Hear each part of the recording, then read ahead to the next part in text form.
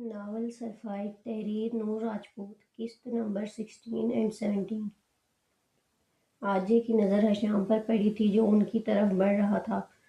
اسے دیکھ کر وہ دونوں سیدھے ہو کر بیٹھ گئے تھے۔ حشام کو ایسی باتیں نہیں پسند تھیں، اس لیے خاص طور پر مکی تو ڈرتا تھا اس سے اور اس کے سامنے اس طرح کی باتیں کرنے سے گریز کرتا تھا۔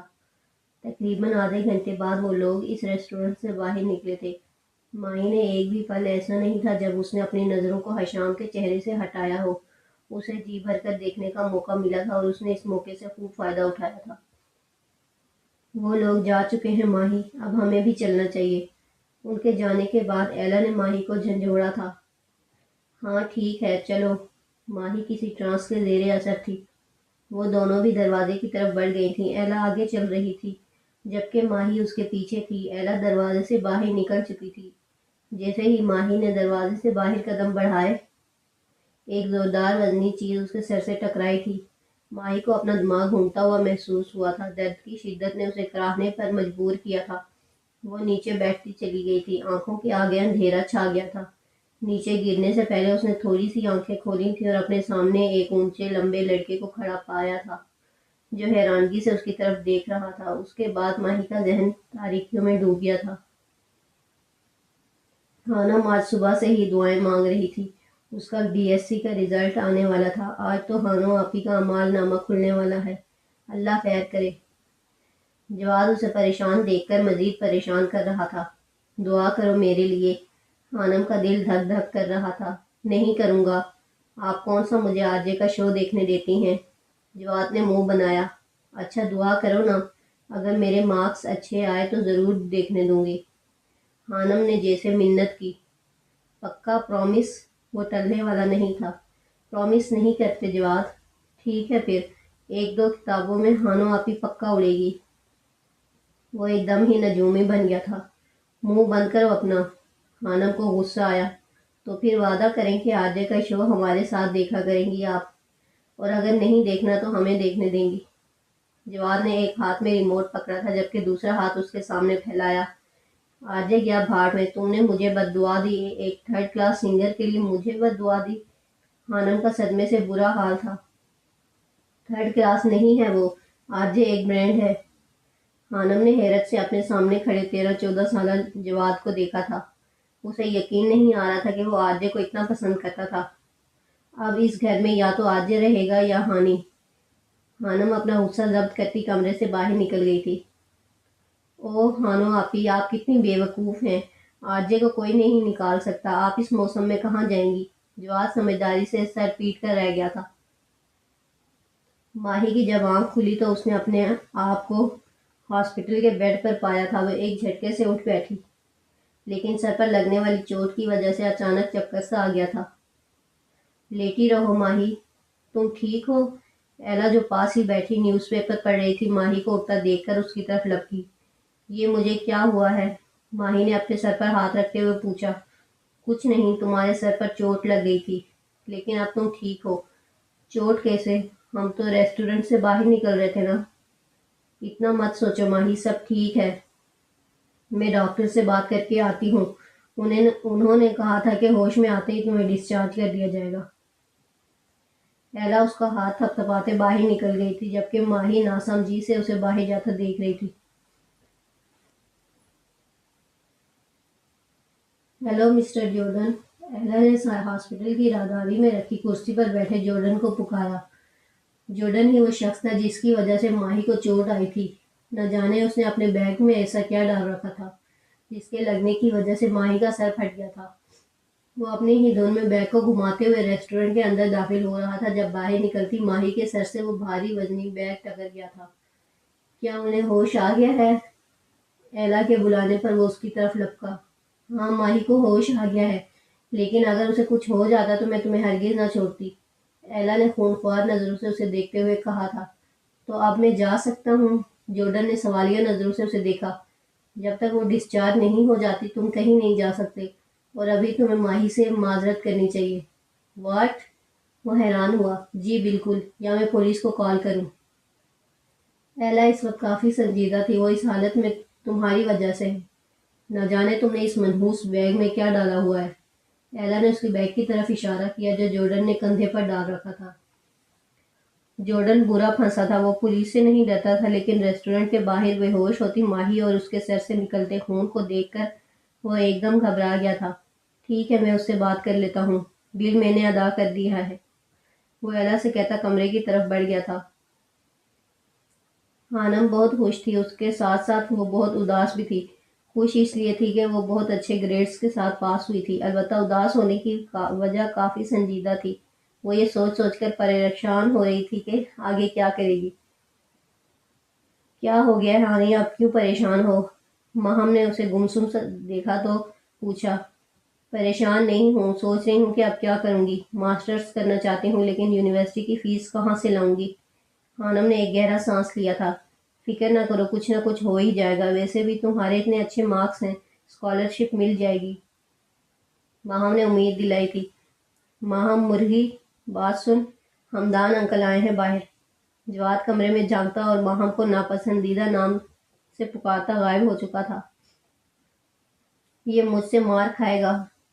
ماہم کا چہرہ سرخ ہوا تھا، جبکہ خانم کو جواد کی بات پر ہنسی آ گئی تھی، البتہ وہ حیران تھی کہ حمدان انکل وہ اس کی موجودگی میں پہلی دفعہ گھر آئے تھے۔ وہ دونوں دوپٹہ اچھے سے سر پر لیتی باہر نکلی تھی۔ جارڈن بڑبڑاتا کمرے میں داخل ہوا تھا، اسے انتہا کا غصہ آیا ہوا تھا، حالانکہ غلطی بھی اسی کی تھی۔ جیسے ہی اس کی نظر سامنے بیڈ پر موجود ماہی پر پڑی، وہ ٹھٹک سا کیا تھا۔ وہ لڑکی معصوم بھی تھی اور پیاری بھی۔ جب کسی میجبی سے بات ہوئی، موسم گل کی پہلی رات ہوئی، کون کرتا ہے عشق دانستہ، اتفاقاً یہ واردات ہوئی، کھول دیں اور اسے وفا نہ کریں، جانے من یہ بھی کوئی بات ہوئی، اف وہ سادہ سی بے زبان نظر جو میری قیمت حیات ہوئی، دل سے خوشبو تو آ رہی ہے عدم، کیا خبر کس نگر میں رات ہوئی۔ آنکھیں بند کیے بیڈ سے ٹیک لگائے وہ مسکرا رہی تھی، اس کے سر پر پٹی بندھی تھی۔ جارڈن کو اچھے طرح یاد تھا، اس کا کافی زیادہ خون بہہ گیا تھا، اسے سمجھ نہیں آ رہا تھا کہ وہ کیا بات کرے۔ جارڈن نے ایک دفعہ تو سوچا تھا کہ وہ واپس چلا جائے، نہ جانے کیوں پھر اس کے دل نے خواہش کی تھی کہ بیڈ پر لیٹا وہ وجود ایک بار آنکھیں کھول کر اسے دیکھے۔ وہ خاصا بدذوق قسم کا انسان تھا، اسے خوبصورتی اور معصومیت کا نہیں پتہ تھا، لیکن اس وقت وہ رکا ہوا تھا، نہ جانے کیوں۔ ماہی نے کمرے میں کسی کی موجودگی کو محسوس کرتے ہوئے آنکھیں کھولی تھی اور پھر سامنے کھڑے شخص کو دیکھ کر اس کے چہرے پر واضح الجھن ابھری تھی۔ ہیلو، میں جارڈن ہوں، جارڈن نے اس کے آنکھیں کھولنے پر سٹپٹا کر کہا تھا۔ تھوڑا غور کرنے پر ماہی کو یاد آ گیا تھا کہ جب وہ بے ہوش ہوئی تھی اس نے اسی شخص کو دیکھا تھا۔ سوری، میری وجہ سے آپ کو سر پر۔ جارڈن کو سمجھ نہیں آ رہا تھا کہ وہ کیسے معافی مانگے۔ جی، انہی جناب کی بدولت تم اس وقت یہاں موجود ہو، ایلا نے کمرے میں داخل ہوتے ہوئے کہا تھا۔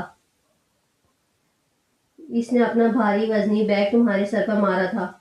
ایلا کی بات پر ماہی نے حیرانگی سے جارڈن کے کندھے پر لٹکے بیگ کو دیکھا تھا، جبکہ جارڈن کا دل کر رہا تھا کہ اب وہ اسی بیگ سے ایلا کا سر پھاڑ دے، لیکن اسے دیر ہو رہی تھی، اسے جلد اپنی مطلوبہ جگہ پر پہنچنا تھا۔ اٹس اوکے مسٹر جارڈن، ہو جاتا ہے، ماہی نے رحم دلی سے کہا تھا۔ وہ دونوں حیران ہوئے تھے، جارڈن کو اندازہ نہیں تھا کہ وہ اسے معاف کر دے گی، اگر نہ بھی کرتی تو وہ اس کا کچھ بگاڑ نہیں سکتی تھی، لیکن وہ سچ میں حیران ہوا تھا۔ ماہی کے چہرے پر شفیق سی مسکراہٹ تھی۔ کمرے میں داخل ڈاکٹر ہوا تھا، وہ اب ماہی کا چیک اپ کر رہا تھا۔ ایلا غصے سے بڑبڑا رہی تھی۔ جارڈن کو جب اپنا آپ وہاں اضافی لگا تو وہ خاموشی سے وہاں سے نکل آیا تھا۔ وہ تیز تیز قدم اٹھاتا باہر کی جانب بڑھ رہا تھا، اسے اچھے سے یاد تھا کہ اس وقت اینتھنی اس کا انتظار کر رہا ہوگا۔ ماشاء اللہ، تمہاری بیٹیاں بہت پیاری ہیں آسی، حمدان نے اپنے سامنے میز پر چائے رکھتی خانم کو دیکھ کر کہا تھا۔ اتنی زبردست کامیابی پر بہت بہت مبارک ہو بیٹا۔ انہوں نے خانم کے سر پر ہاتھ رکھا تھا، خانم کا ایک دم شفقت کا احساس ہوا تھا۔ میں ابھی ماہین سے مل کر آیا ہوں، ابھی کچھ دن پہلے، بزنس ٹور تھا، معذرت کرتا ہوں اتنے دنوں سے خیریت پوچھنے نہیں آیا، وہ چائے کا کپ اٹھاتے ہوئے کہہ رہا تھا۔ خانم کو حیرت ہوئی تھی کہ اتنا بڑا آدمی کیسے عام لوگوں کی طرح ان کے گھر میں موجود تھا، اور تو اور اوپر سے معذرت کر رہا تھا۔ گرے رنگ کی پینٹ پر سفید شرٹ اور گرے ہی کوٹ پہنے وہ شخص انتہا کی شاندار شخصیت کا مالک تھا۔ عمر 50 کے قریب تھی، لیکن وہ 40-45 سے زیادہ کا نہیں لگتا تھا۔ کیسی ہے آپ کی بیٹی؟ چھوٹی ہوگی نا وہ تو، کیونکہ میری شادی کے بعد ہی آپ کی شادی ہوئی تھی نا؟ آسیہ بیگم اب 20-22 سال پہلے کی طرح اسے تم نہیں بلا پا رہی تھی، وہ اب کافی روبدار شخصیت کا مالک بن گیا تھا۔ ان کی باتیں سن کر ایک پل کے لیے سیٹھ ہمدان کے چہرے کا رنگ پھیکا پڑا تھا۔ ہاں وہ ٹھیک ہے، وہ ہنس دیے تھے، ٹوٹی پھوٹی سی ہنسی۔ وہ ناکردہ جرم کی سزا آج تک بھگت رہے تھے۔ انکل آپ کی بیٹی پیرس میں پڑھتی ہے؟ ماہم نے اشتیاق سے پوچھا تھا۔ جی، ہمدان صاحب نے جواب دیا تھا۔ پھر تو بہت پیاری ہوگی۔ ماہم بڑبڑائی تھی، اسے ماہین ہمدان کو دیکھنے کا تجسس ہو رہا تھا۔ وہ تو ابھی بہت چھوٹی ہوگی نا، آپ نے اکیلے اتنی دور بھیج دیا۔ بالآخر آسیہ بیگم نے وہ سوال پوچھ ہی لیا تھا جس سے ہمدان صاحب بچنا چاہ رہے تھے۔ جی نہیں، ماشاءاللہ 23 سال کی ہونے والی ہے میری بیٹی، ہمدان صاحب نے مری مری سی آواز میں جواب دیا تھا، جسے سن کر آسیہ بیگم کا منہ حیرت سے کھل گیا تھا۔ ٹائیگر باکسنگ کلب تماش بینوں سے بھرا پڑا تھا۔ جارڈن جارڈن، ہر طرف سے جارڈن کے نعرے لگ رہے تھے۔ سنو جارڈن، تم نے ہارنا ہے اس بار۔ اگر تم جونی سے ہار گئے تو ہم بہت سا پیسہ کما سکتے ہیں۔ اینتھنی اس کے پاس کھڑا اس کے کانوں میں جیسے منتر پھونک رہا تھا۔ سن رہے ہو نا تم؟ اینتھنی نے اسے متوجہ نہ پا کر دوبارہ کہا۔ سن رہا ہوں۔ جارڈن کی آنکھیں سرخ انگارہ ہو رہی تھیں۔ ریلیکس رہو، بس تم نے ہارنا ہے۔ وہ اسے حکم دیتا ایک سائڈ پر چلا گیا تھا اور اب جارڈن ہٹے کٹے جونی کے سامنے کھڑا تھا۔ جیسے ہی سیٹی کی آواز گونجی، جونی اس کی طرف لپکا تھا۔ وہ اب بری طرح ایک دوسرے پر وار کر رہے تھے۔ جارڈن سرخ جبکہ جونی پیلے رنگ کی وردی میں ملبوس تھا۔ جارڈن نے ایک زوردار گھونسا جونی کے منہ پر مارا تھا۔ جونی پیچھے کی جانب لڑکھڑایا۔ ہر طرف سے جارڈن کی صدائیں گونج رہی تھیں۔ وہاں اس کے چاہنے والے شائقین کی بہت بڑی تعداد موجود تھی۔ اینتھنی نے جارڈن کو اشارہ کیا تھا اور جارڈن نے خود کو ڈھیلا چھوڑ دیا تھا۔ اب جونی اسے بری طرح پیٹ رہا تھا جبکہ جارڈن صرف مارنے کا تکلف کر رہا تھا۔ جارڈن پر پیسے لگانے والے لوگ ایک دم بجھ سے گئے تھے۔ جونی نے ایک زوردار مکہ جارڈن کے منہ پر مارا تھا۔ جارڈن کے منہ سے خون نکل آیا تھا۔ جیسے ہی جارڈن کی نظر اپنے خون پر پڑی، اس کی آنکھوں میں ریسٹورنٹ کے باہر نیچے گرتی ماہی کا سراپا گھوم گیا جس کے سر سے خون بہہ رہا تھا۔ جارڈن کا دماغ ایک دم گھوما تھا۔ وہ کسی خونخوار جانور کی طرح جونی کی طرف بڑھا تھا۔ جارڈن، نو نو جارڈن!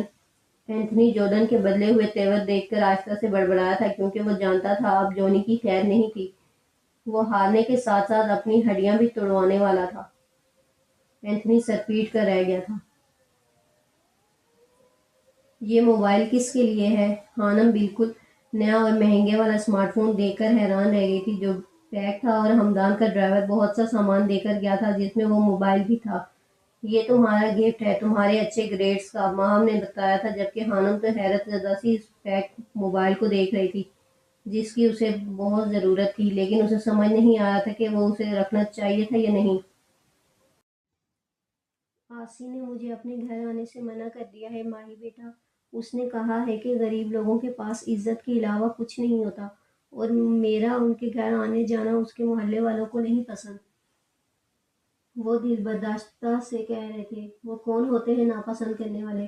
وہ آپ کی کزن کا گھر ہے، جب چاہے جا سکتے ہیں۔ ماہی کو حقیقتاً غصہ آیا تھا۔ وہ اپنے باپ کے حالات و واقعات سے اچھے سے واقف تھی۔